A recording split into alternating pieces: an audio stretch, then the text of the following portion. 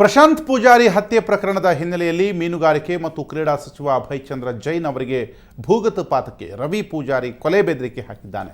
ಈ ವಿಷಯವನ್ನು ದೃಢಪಡಿಸಿರುವಂಥ ಸಚಿವ ಅಭಯ್ ಚಂದ್ರ ಜೈನ್ ಈ ಫೋನ್ ಕರೆಯನ್ನು ಗಂಭೀರವಾಗಿ ಪರಿಗಣಿಸಿದ್ದು ಪೊಲೀಸ್ ಕಮಿಷನರ್ಗೆ ಅವರು ಲಿಖಿತ ದೂರು ನೀಡಿರುವುದಾಗಿ ತಿಳಿಸಿದ್ದಾರೆ.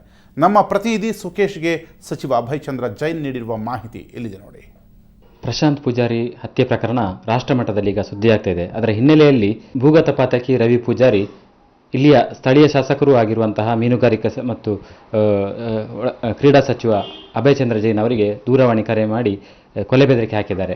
ಈ ಪ್ರಕರಣ ಮತ್ತಷ್ಟು ಗಂಭೀರತೆ ಪಡೆದುಕೊಂಡಿದೆ. ಸಚಿವರೀಗ ನಮ್ಮ ಜೊತೆ ಇದ್ದಾರೆ. ಈ ಕಾಲ್ ಯಾವಾಗ ಬಂತು ಮತ್ತು ಆಗ ನೀವು ಎಲ್ಲಿದ್ರಿ? ನಾನು ಕಾರ್ನಲ್ಲಿ ಹಳೆ ಅಂಗಡಿಯಿಂದ ಮೂಡುಬಿದ್ರೆಗೆ ವಾಪಸ್ ಬರ್ತಾ ಇರುವಂಥ ಸಂದರ್ಭದಲ್ಲಿ ಸುಮಾರು 12:30 ಗಂಟೆ ಸುಮಾರಿಗೆ ನನಗೆ ಫೋನ್ ಬಂತು. ಹಿಂದಿಯಲ್ಲಿ ಮಾತಾಡ್ತಾಯಿದ್ರು. ನಾನು ರವಿ ಪೂಜಾರಿ ಮಾತಾಡ್ತಾ ಇದ್ದೇನೆ, ನೀನು ಅಭಯ್ ಚಂದ್ರ ಪ್ರಶಾಂತ್ ಪೂಜಾರಿ ಹತ್ಯೆ ಪ್ರಕರಣದಲ್ಲಿ ನೀನು ಭಾಗಿಯಾಗಿದ್ದಿ ಅಂತ ಮಾಹಿತಿ ಇದೆ. ನೀನು ಮತ್ತು ರಮಾನಾಥ್ ರೈ ಇರುವರು ಕೂಡ ಈ ಕೊಲೆಯಲ್ಲಿ ಭಾಗಿ ಎಂಬ ಮಾಹಿತಿ ನನಗಿದೆ. ಅದರಿಂದ ಇಬ್ಬರನ್ನು ಕೂಡ ನಾನು ಫಿನಿಶ್ ಮಾಡಬೇಕಾಗ್ತದೆ ಎಂಬ ಮಾಹಿತಿ ಕೊಟ್ಟು. ಈ ರಾಜಕೀಯ ಜೀವನದಲ್ಲಿ ಇಂಥ ಬೆದರಿಕೆಗಳು ನಿಮಗೆ ಸಾಮಾನ್ಯ ಅಂತ ಅನಿಸಿದೆ, ಮೊದಲು ಬಂದಿತ್ತ? ಇಷ್ಟವರೆಗೆ ನಮಗೆ ಅಂಥ ಧೈರ್ಯ ಯಾರೂ ಮಾಡಲಿಲ್ಲ.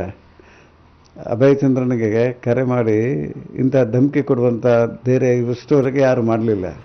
ಪ್ರಶಾಂತ್ ಪೂಜಾರಿ ಹತ್ಯೆ ಪ್ರಕರಣದಲ್ಲಿ ನಿಮ್ಮ ಕೈವಾಡ ಇತ್ತ?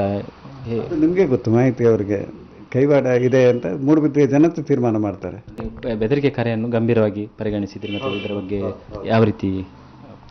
ಅದು ನಮ್ಮ ಪೊಲೀಸ್ ಇಲಾಖೆ ತೆಗೆದುಕೊಳ್ತದೆ. ಇದರಲ್ಲಿ ಪೊಲೀಸ್ ಇಲಾಖೆ ಇದು ದ್ವೇಷದ ರಾಜಕೀಯ ವ್ಯವಸ್ಥೆ ಯಾರು ಮಾಡಿದ್ದಾರೆ, ಅದನ್ನು ಪೊಲೀಸ್ ಇಲಾಖೆ ಅದರ ಬಗ್ಗೆ ಸೂಕ್ತ ಕ್ರಮ ತೆಗೆದುಕೊಳ್ತದೆ.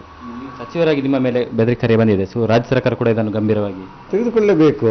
ಅಭಯ್ ಚಂದ್ರ ಇವತ್ತು ರಾಜ್ಯ ಸರ್ಕಾರದವರು ಮಂತ್ರಿ ಆಗಿದ್ದಾನೆ. ಆದ್ದರಿಂದಾಗಿ ಸರ್ಕಾರ ಕೂಡ ಇದರ ಬಗ್ಗೆ ಹೆಚ್ಚಿನ ಆಸಕ್ತಿ, ಯಾಕೆಂದರೆ ಇವತ್ತು ಅಭಯ್ ಚಂದ್ರ ನಾಳೆ ಮುಖ್ಯಮಂತ್ರಿಗಳಿಗೂ ಇದೇ ರೀತಿ ಮಾಡಲಿಕ್ಕೆ ಸಾಧ್ಯ ಇದೆ.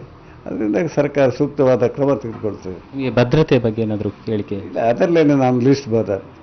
ಹಿಂದೆ ನೀವು ಸಚಿವರಾಗಿ ಮೂಡಬಿದ್ರೆಯಲ್ಲಿ ಆಟೋದಲ್ಲಿ ಎಲ್ಲ ತಿರುಗಾಡಿಕೊಂಡು ಇದ್ರಿ, ಮುಂದೆ ಯಾವ ರೀತಿ? ಮುಂದೆ ಪೊಲೀಸ್ ಇಲಾಖೆ ಅನುಮತಿ ಕೊಡಬೇಕಲ್ಲ.